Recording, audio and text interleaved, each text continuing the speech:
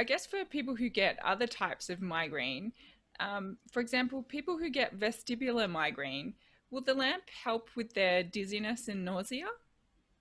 So it is interesting because this question comes from all over the world. It doesn't come only from Australia. It's one of the most common questions we are getting of whether vestibular migraine could be benefited from the Allay Lamp or from this narrow band of green light.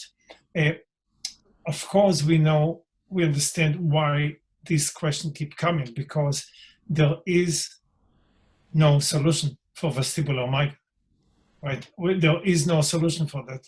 And the only answer that I can give you, and we didn't test it on vestibular migraine, not that we don't have this patient, but for whatever reason, this patient didn't participate in our first, second, and third sets of studies, is that clearly blue, red, yellow, and white increase dizziness and sometimes vertigo. But dizziness and lightheadedness and nausea are all increased by other colors of light. Green does the opposite. We're getting larger number of patients who tell us that after 2 hours in the green light, their dizziness is completely gone, or is reduced by many, many folds to the point that it's not disturbing.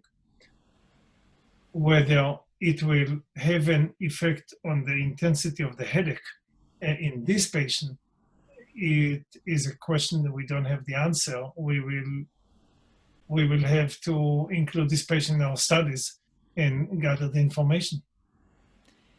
Yes, I think from a personal perspective too, I get vestibular migraine, and I am super sensitive to screens and any kind of artificial lighting.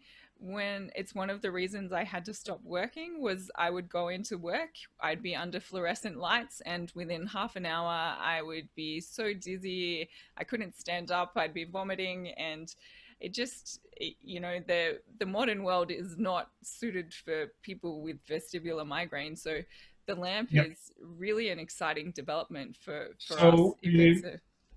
So let me ask you a question. Do you believe that the light increases your dizziness? Yes, I do, because when I minimize my exposure to it, and even when we've changed the lights in our house back from the CFL globes back to halogen globes, that made an improvement. I could stay up a little bit longer. And when I limit my exposure to screens, the dizziness will almost completely retreat in some instances. For example, we took a holiday to Outback Australia.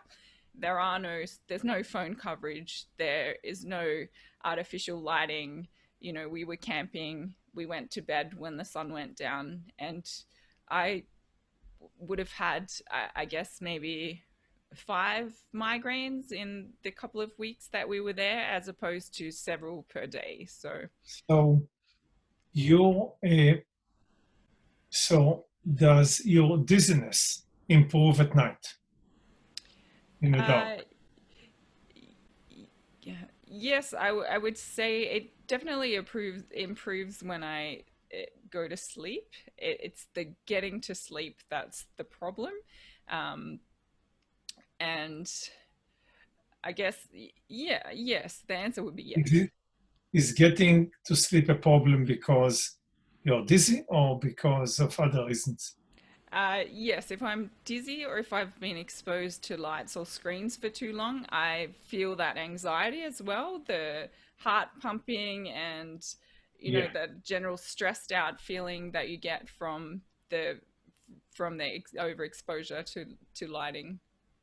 So, while we don't have clinical data in organized studies that shows that the Allay Lamp help with any aspect of sleep, we clearly get testimonial from patients who said that it helps them, it calmed them enough to facilitate them falling asleep easier, faster, and staying asleep.